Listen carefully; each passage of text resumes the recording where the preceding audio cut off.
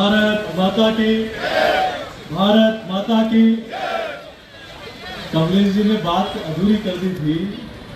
उन्होंने कहा कि जिन्होंने हमारी शोभा यात्रा पर बैन लगा देने का प्रयास किया उनके खिलाफ भी आक्रोश है। इस आक्रोश सभा में हमारे बीच में उपस्थित इस राजस्थान की माटी के सपूत और देश के यशस्वी प्रधानमंत्री ने जिनको हर घर शुद्ध पीने के पानी पहुंचाने का जिम्मा दिया, ऐसे भारत सरकार के कैबिनेट मंत्री आदरणीय गजेंद्र सिंह जी शेखावत साहब, एक बार जोरदार ताली बजाकर इनका अभिनंदन करें। हमारी पार्टी के यशस्वी जिलाध्यक्ष माननीय गौतम जी दत्त साहब, हम सब के आदरणीय और हमारे पार्टी के वरिष्ठ नेता श्रद्धेय सुचन जी भाई साहब, हमारे संभाग के प्रभारी माननीय हेमराज मीणा जी, जिले के प्रभारी माननीय हेमंत जी, हमारे यहाँ के लोकप्रिय विधायक माननीय चंद्रमान सिंह जी, आदरणीय अर्जुन लाल जी, आदरणीय ललित ओसवाल जी, यहाँ उपस्थित हमारे जिला प्रमुख भाई सुरेश जी, हमारे वरिष्ठ नेता आदरणीय अशोक जी चंडालिया साहब, पूर्व विधायक माननीय बद्री जी, माननीय अशोक नवलखा जी, हमारे प्रदेश कार्य समिति के सदस्य भाई रतन जी, माननीय विठूलाल जी, आदरणीय सेठिया साहब, सभी मंचासीन पार्टी के वरिष्ठ हमारे जनप्रतिनिधिगण, पदाधिकारीगण और इस पंडाल में उपस्थित चित्तौड़ जिले के कोने कोने से आए हुए इस राजस्थान की नकारा निकम्मी किसान विरोधी सरकार को उखाड़ फेंकने का संकल्प लेने आए ऐसी चित्तौड़ जिले की जनता जनार्दन को मैं प्रणाम करता हूं, अभिनंदन करता हूं। हमारे कैबिनेट मंत्री माननीय गजेंद्र सिंह जी ने बहुत विस्तृत रूप से सारी आक्रोश किस बात का ये जानकारी हमारे बीच में दी। मैं तो चित्तौड़ जिले की जनता का आभार वंदन करता हूं, अभिनंदन करता हूं कि जिनके बीच में मुझे छात्र राजनीति से लेकर जिला परिषद से लेकर उप प्रधान से लेकर पार्टी के जिलाध्यक्ष से लेकर युवा मोर्चा के प्रदेश अध्यक्ष और दो बार सांसद बनाकर जिस जनता ने मुझे आशीर्वाद दिया, ऐसी यहाँ की जनता को मैं प्रणाम करता हूँ, वंदन करता हूँ कि आपके आशीर्वाद से ही कि आज पार्टी ने ये दायित्व पार्टी को संभालने का जिम्मा दिया है और आप और हम सब लोग चित्तौड़ जिले की वीर धरा से, चित्तौड़ जिले की किले की प्राचीर से हम सब लोग संकल्प लेते हैं कि जिस प्रकार से हमारे पुरखों ने यहाँ विदेशी आक्रांताओं को भगाया था, उसी का दूसरा रूप ये कांग्रेस पार्टी है, उसको भी इस राजस्थान से जड़ मूल से उखाड़ कर फेंकना है। अभी गजेंद्र सिंह जी ने कहा कि ये राहत कैंप लगाने का काम हो रहा है। ये राहत कैंप इसलिए लगा रहे हैं कि अंतिम दिनों में सब याद आता है, जहां सरकार की सांसें बहुत कम बची हो। हमारे जादूगर जी, कैसा जादू, आप तो जादू दिखाते रहते हो और 19 में आपने जादू दिखाया भी है। वाह जादूगर जी, आप कह रहे हो कि सरकार रिपीट हो रही है। ये कौन सा सर्वे कराया आपने? ये कहां से सर्वे कराया? ये सरकार रिपीट नहीं हो रही है। जनता ने मन बना लिया कि सरकार को डिलीट करने का मन बना लिया है। अब सरकार रिपीट नहीं, राजस्थान से सरकार डिलीट होने वाली है। और ये राहत देने का जो ढोंग आप कर रहे हैं, जनता ने आपको आने वाले 5 वर्ष तक नहीं, आने वाले 50 वर्षों तक के लिए राहत देने का मन बना लिया। जिस प्रकार से आप राहत देने का काम अगर मन में श्रद्धा होती तो 2018 में भी आपने कहा था, अपने मैनिफेस्टो में कहा था कि हम महंगाई को खत्म करने के लिए हम प्रयास करेंगे। तो 4.5 वर्ष तक आपने क्या किया? ये राजस्थान की जनता आपसे पूछने वाली है। तो 4.5 वर्षों तक आप सोए रहे, 4.5 वर्षों तक आप कुर्सी को बचाने का खेल करते रहे। कोई कुर्सी को बचाने में लगा रहा, कोई कुर्सी पे आने का प्रयास करता रहा और आपके इस निर्णय कुश्ती ने राजस्थान को विकास की दृष्टि से पीछे भेजने का काम किया। और जिस राहत कैंप की योजना जयपुर के बिरला सभागार में बनी, वहां के 1500 लोगों के सामने एक पीपीटी प्रदेश कांग्रेस कमेटी की तरफ से बनी और उसमें वीडियो बनाया गया, उस पीपीटी के माध्यम से बताया गया कि हमें अपनी योजनाओं का एहसास कराना है। आप किसको एहसास कराना चाहते हो? गरीब को गरीबी का एहसास कराने के लिए जनता ने आपको वहां भेजा है। और जनता जब एहसास कराने बैठ जाएगी, तुल जाएगी, तो आप कहीं के नहीं रहोगे। सुन लो कान खोल कर। हम आपको कहना चाहते हैं, अरे जनता के लिए जिस व्यक्ति ने मन में दिल से काम किया, ये गरीब मां की कोख से पैदा हुआ व्यक्ति, वो गरीब का दर्द समझता है। और जिसने पहली बार गरीबों के लिए काम किया, उस व्यक्ति का नाम है नरेंद्र भाई मोदी। सरकार बनते ही कहा मैं सबके बैंक में खाते खुलाऊंगा। सरकार बनते ही कहा कि मैं हर गरीब की छत बनाऊंगा, मैं महिला के धुओं की समस्या से मुक्त कराऊंगा, मैं हर घर में इज्जत घर बनाऊंगा, मैं हर किसान के खाते में किसान सम्मान निधि का पैसा भेजूंगा, मैं हर गर्भवती मां को स्वस्थ रहने के लिए, चचा और बच्चा के सुरक्षा के लिए प्रधानमंत्री मातृत्व वंदन योजना के माध्यम से सहायता भेजूंगा। उन्होंने कभी किसी कौम में नहीं बुलाया, उनको सीधे घर बैठे सुविधा।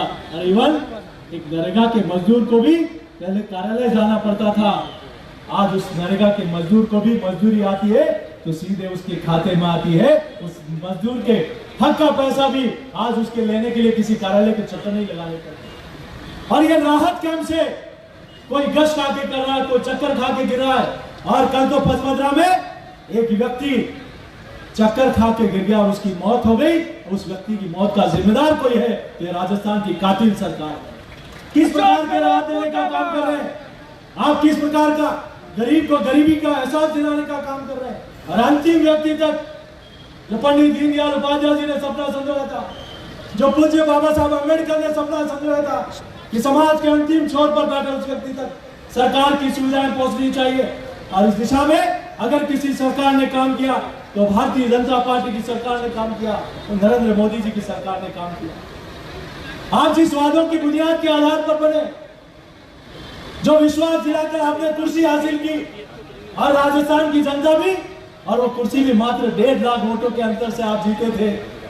आपने वादा किया था हम संपूर्ण कर्जा माफ करेंगे, आपने कर्जा तो माफ नहीं किया, लेकिन राजस्थान के हजारों किसानों के पार आज जमीन की नीलामी की कुर्की का आज वो पर्चा चश्मा होता है, तो उस किसान की उस हालात का और आत्महत्या का जिम्मेदार कोई है तो राजस्थान की गहलोत सरकार है। आज युवाओं के साथ किस प्रकार का बेरोजगारी बता देंगे। और मैं मंत्री से भी और आपसे भी कहना चाहूंगा, ये खेल इस बार नहीं किया। मुझे ध्यान है, अब भैरव सिंह जी चौहान साहब बैठे, मैं इनके साथ जिला परिषद का मेंबर था। उस समय में जब एक स्कूल में, एक विद्यालय में ऐसे विजिट करने गया, तो वहां एक राजीव गांधी पाठशाला का एक अध्यापक पढ़ा रहा था कि एक हिमालय है, यहाँ से गंगा मैया, गंगा नदी बह के आती है, ये यहाँ होते हुए वहां होते हुए अरब सागर में जाकर गिरती है। मैंने कहा भाई, ये बच्चों का भविष्य क्यों खराब कर रहे हो, क्यों इनके जीवन को बर्बाद कर रहे हो, क्यों इनको गलत जानकारी दे रहे हो। वो खैनी खाते हुए कह रहा था कि सीपी साहब, ये 1500 रुपए में, 1500 रुपए में ये अरब सागर में ही जाएगी, बंगाल की खाड़ी में 1500 रुपए में नहीं जा सकते। तो इन्होंने इतिहास इनका पुराना ऐसा ही है। इन्होंने युवाओं के साथ कुठाराघात किया। पहले भी उस समय कहा कि हम सरकारी कर्मचारियों की औसत को, उसकी एवरेज को, उम्र को कम कर रहे हैं। कहा कि हम युवाओं के साथ, हम युवाओं को रोजगार देंगे, लेकिन रोजगार नहीं दिया। उस समय नरेगा के अंदर जो मजदूरी मिलती थी, उससे भी कम मजदूरी देकर युवाओं के साथ धोखा देने का, कुठाराघात करने का काम किया। मित्रों, किसी युवा के साथ किसी को बेरोजगारी भत्ता मिलता है क्या? किसी युवा को इन्होंने जो ज्यादा वादा किया उसके आधार पर कोई निर्णय नहीं किया। इसीलिए अब राजस्थान का युवा कमर कस के बैठा है, झुका के बैठा है कि तलवारों की धार पर इतिहास बदलता देखा है, और जिस और जवानी चलती है उस और जमाना चलता है। युवाओं ने संकल्प लिया है कि जिस सरकार ने आजादी के बाद पहली बार आरपीएससी का मेंबर भ्रष्टाचार के आरोप में गिरफ्तार हुआ, जनता पूछती है, युवा पूछता है कि उस मेंबर को बनाया किसने? आरपीएससी जैसी पवित्र संस्था में एक भ्रष्ट अधिकारी को, जिसका बैकग्राउंड भ्रष्टाचार से लिप्त है, उसको आपने सदस्य बनाया। मिस्टर जारोली को आपने बर्खास्त किया। उन्होंने स्पष्ट रूप से कहा, मैं तो एक मेहरा हूं, इसकी पहुंच ऊपर तक है, राजनीति के ऊपर तक है, तो ऊपर की पहुंच जब सरकार बदलेगी तो वहां भी असर आएगा। गेहलोत साहब ये सुन लेना।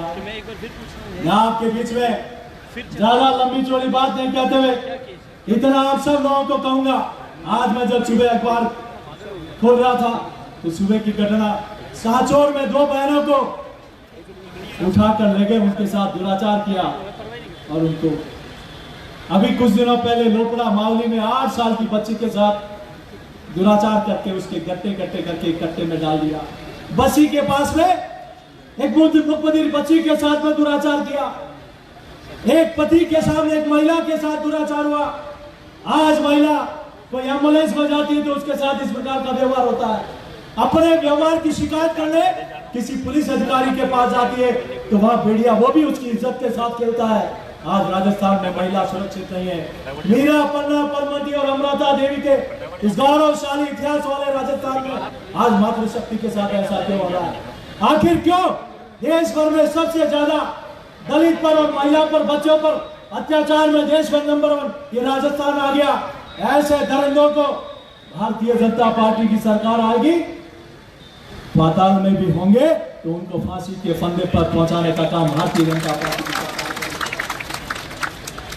आज किस प्रकार का माहौल राजस्थान में है और तुष्टीकरण की बात अभी कह रहे थे, मेडिकल कॉलेज और पेयजल की बात। अभी कहा जाता है कि मेडिकल कॉलेज राजस्थान की सरकार ने खोल दिया। आप आंकड़ा उठा के देखना, राजस्थान में 33 जिले हैं, 33 में से 23 जिलों में कितने 33 में से 23 जिलों में नरेंद्र मोदी जी के 9 वर्ष के कालखंड में मेडिकल कॉलेज मिले हैं। साथ एक बार 8 पिछले कालखंड में 14 से 19 में, और देश भर में इस आजादी के अमृत महोत्सव के कालखंड में माननीय प्रधानमंत्री जी ने देश भर में 75 मेडिकल कॉलेज इस कालखंड में और कार्यकाल में दिए। उन 75 में से 15 मेडिकल कॉलेज राजस्थान को मिले हैं। इतने मेडिकल कॉलेज कभी राजस्थान को नहीं मिले और उसमें 60% हिस्सेदारी भारत सरकार की है। और सारे मेडिकल कॉलेज में नर्सिंग कॉलेज भी देने का काम अभी इस बजट में आदरणीय निर्मला सीतारमण जी ने घोषणा की। मैं आपके बीच में इतना कहना चाहता हूं, आज किस प्रकार के विकास की बातें होती है। आज मुझे अभी विधायक जी कह रहे थे कि आप किले के बारे में भी बोलना। आज फसाद लाइट की बात करते हैं किले पर, जिस किले पर 60 वर्षों में जितना काम नहीं हुआ उतना नरेंद्र मोदी जी के राज में पिछले 9 वर्षों में हुआ। डेवलपमेंट का भी काम किया, लेकिन एक काम जरूर किया है। आपने पुराना इतिहास ये कहा था कि अलाउद्दीन खिलजी को कांच में एक देवी को दिखाया गया। हमने उस इतिहास को उखाड़ फेंका और गौरवशाली इतिहास को उस किले की प्राचीर पर दर्ज कराने का काम किया। आप हेरिटेज सर्किट में वहां 11 करोड़ रुपए दिए गए लाइट एंड साउंड के, भारत सरकार ने पैसा दिया। उसमें लाइट लगाने का भी पैसा दिया, लेकिन क्या कारण, पैसा भारत सरकार दे रही है तो आपने उस पैसे का उपयोग क्यों नहीं किया, क्यों लैप्स किया? दूसरी बात, हमने कहा कि हम इस पर लाइटें लगाएंगे, उसकी परमिशन भी हम दिलाएंगे, लेकिन उस लाइट साउंड में मैं रात ठंड की चिलचिलाती ठंड में, कड़कड़ाती ठंड में भी वहां बैठा था, मैंने देखा था। उसमें पुराना इतिहास उसमें दर्शाया जा रहा था। तब मैंने वहां के सरकार के मंत्री भी बैठे थे, न्यायिक अधिकारी भी बैठे थे। मैंने उन अधिकारियों को कहा कि ये गलत इतिहास चित्तौड़ में क्यों दिखा रहे हो? तो उन्होंने कहा साहब हम गलती हो गई, कर नहीं पाए। मैंने कहा इसको बंद करो। बोले साहब हम बंद नहीं कर सकते, सरकार के लोग बैठे हैं। मैंने कहा ये मैं दुस्साहस मेरा स्वभाव नहीं है, सरल और सौम्य स्वभाव है, लेकिन आज दुस्साहस करूंगा, मेवाड़ के गलत इतिहास को चित्तौड़ की धरती पर नहीं देखने देंगे। मैंने स्वयं जाकर बंद किया और इस लाइट को लगाने का काम भी बहुत जल्दी, यहाँ दुर्ग के विकास के लिए पैसों की कोई कमी नहीं। मैं आज अभी और बिजली के लिए भी अभी है टेंडर में 205 करोड़ बिजली के सुदृढ़ीकरण के लिए भारत सरकार ने यहाँ चित्तौड़ जिले में अकेले 205 करोड़ रुपए दिया है। यहाँ तुष्टीकरण की बात के लिए माननीय गजेंद्र सिंह जी ने, हमारे मंत्री जी ने, आदरणीय कृपलानी साहब ने, हमारे सारे जिलाध्यक्ष जी ने, सब लोगों ने इस विषय को रखा। मैं सिर्फ इतना कहूंगा, 2 बातें कहूंगा आपके बीच में। लोग कहते हैं कि तुष्टीकरण क्या है, मुझे भी कहा जाता है कि आजकल किस प्रकार के बोल रहे हैं, लेकिन आपके सामने मैं एक बात को रखना चाहूंगा। जयपुर में सीरियल बम ब्लास्ट हुआ, 71 लोगों की जान गई, 185 लोग घायल हुए।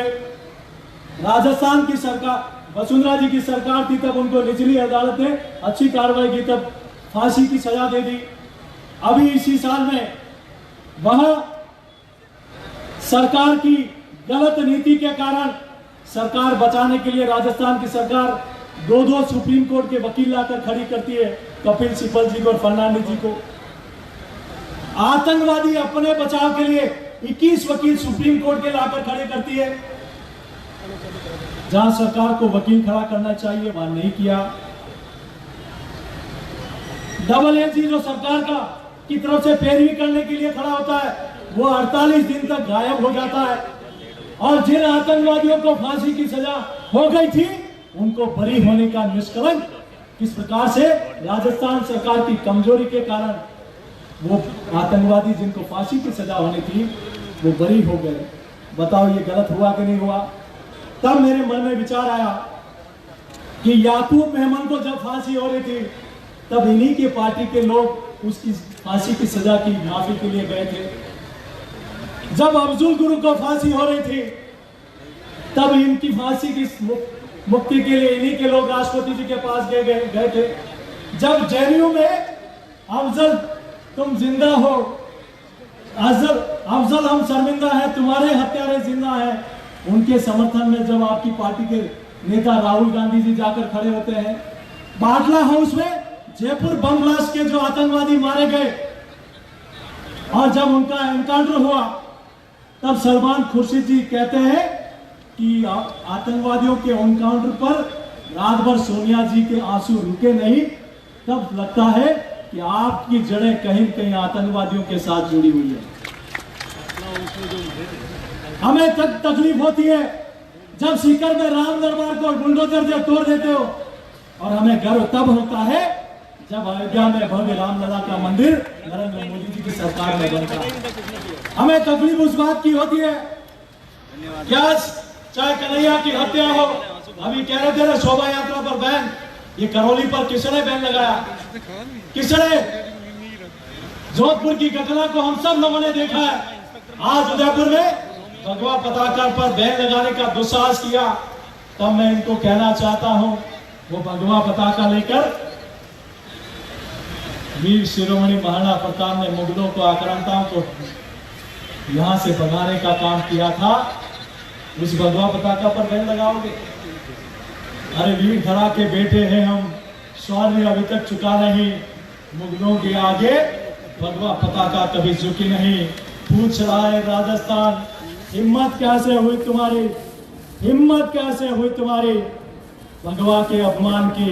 और जिस भगवा के अपमान की आप लोग बात कर रहे हो, ये भारतीय जनता पार्टी की सरकार है। हम तो तीनों रंगों से, तिरंगे से भी प्यार करते हैं तो भगवा से भी प्रेम करते हैं। हम भगवा से प्रेम करते हैं तो हरे से भी प्रेम करते हैं और सफेद से भी प्रेम करते हैं।